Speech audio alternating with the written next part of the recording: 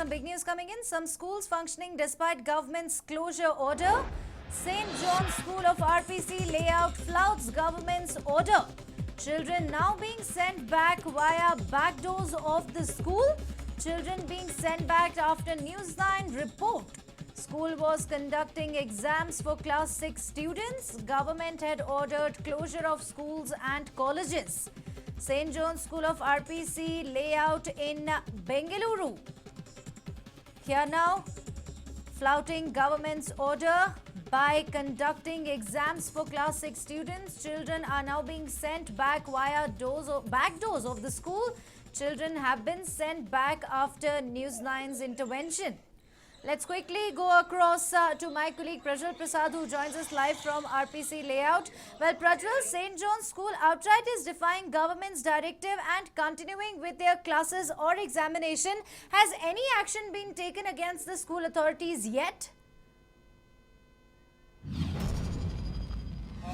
Neha, as of now, there has been no sort of action that has been taken whatsoever, and the principal came out with a clarification and stated that this mainly happened due to miscommunication between one of the teachers and the parents too, because she has apparently miscommunicated and gone ahead and stated that the children had to come to the school and attend classes, and this particular school in standard number 6 has a strength of 46 students. Out of 46 students, it is now being learned that around 15 to 20 students had actually come to the school, and later once it was learnt, once it was learnt on the government's directive that the school should not be opened, finally the principal too had come around at 10 in the morning. So as soon as the principal came and after she got to know that it was happening, that is what the principal has claimed so far. So according to her narrative, when she got to know, immediately she made sure that the children will be sent back immediately, and later the school management ended up calling all the parents who had to come back and then pick up their wards too. But at the same point of time, when asked as to why were the children being let off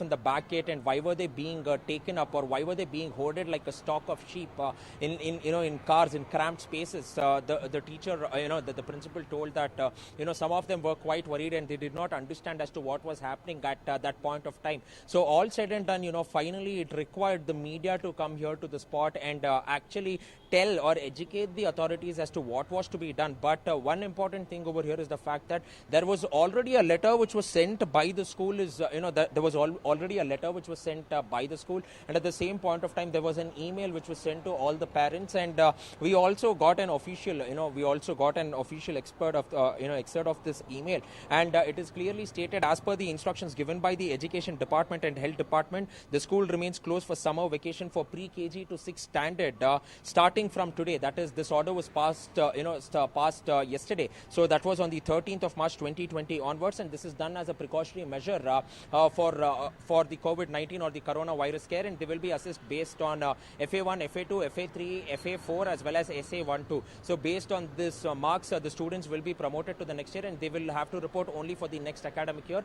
The future dates and time when to collect the report cards will be notified for the parents. This is the official statement that has gone in.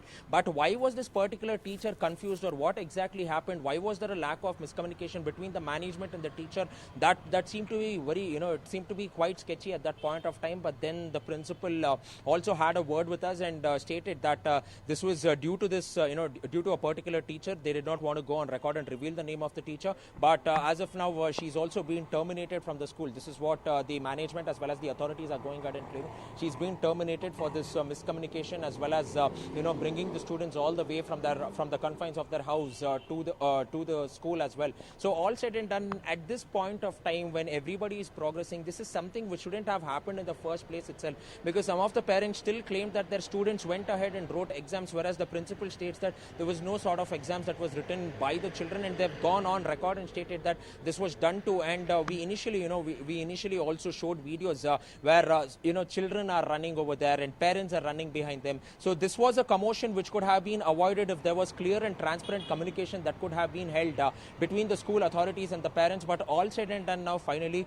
the students have been let off and they have all gone to their houses and the parents have picked them up from the school. But will there be any sort of action that will be initiated against the school? Because in the end, it will also go ahead and show that the school clearly violated the rules by calling in these children. So will there be any action taken? That is definitely left to the education department as to what they would go ahead and do. But Prajwal, the question at this point of time that comes in one's mind, of course, apart from the confusion here, why hasn't the BEO or the education minister for that matter, Suresh Kumar, intervened, even though, he stated that a strict action would be taken against those who defy the order? So what stops them from taking action at this point of time, even though it's been a couple of hours since the school started? Exactly, because usually when the block education officer is informed, he will take a lot of time to go ahead and apprise about the situation, because this is not the only school, or there are not only 4 to 5 schools which will come under him. There are many schools which will come under him, and considering the fact that we are in RPC layout, this is one of those localities in Bengaluru which has many schools. At least 7 to 8 schools are right here in RPC layout itself, and if you take Vijayanagar as well as the surrounding and neighboring localities too, you have easily over 50 to 60 schools as well. So he will be apprised of the situation and he would definitely go ahead and inform the education minister. But will they go ahead and take action? That is something which needs to be seen, because all said and done, yes, they have gone ahead and accepted their fault. It is a classic case of miscommunication over here, but it shouldn't have been done. Despite the government's directive, if it has been done, then yes, some sort of action will have to be taken, because in the end then there will be no sort of value for the rules at all, as you clearly pointed out, Neha. So let's wait and watch as to whether the education minister would go ahead and react on this, or whether he will be taking any sort of action, because he clearly pointed out that 2 days ago, whichever schools were open to, he told that strict action will be initiated against them too, and he's clearly gone ahead and confirmed so, and against 2 or 3 schools he's already gone ahead and taken action. So let's wait and think about the positive. Let's think about the positives now, that the children have finally been sent off at this point of time, and also at the same time whether action will be taken or not.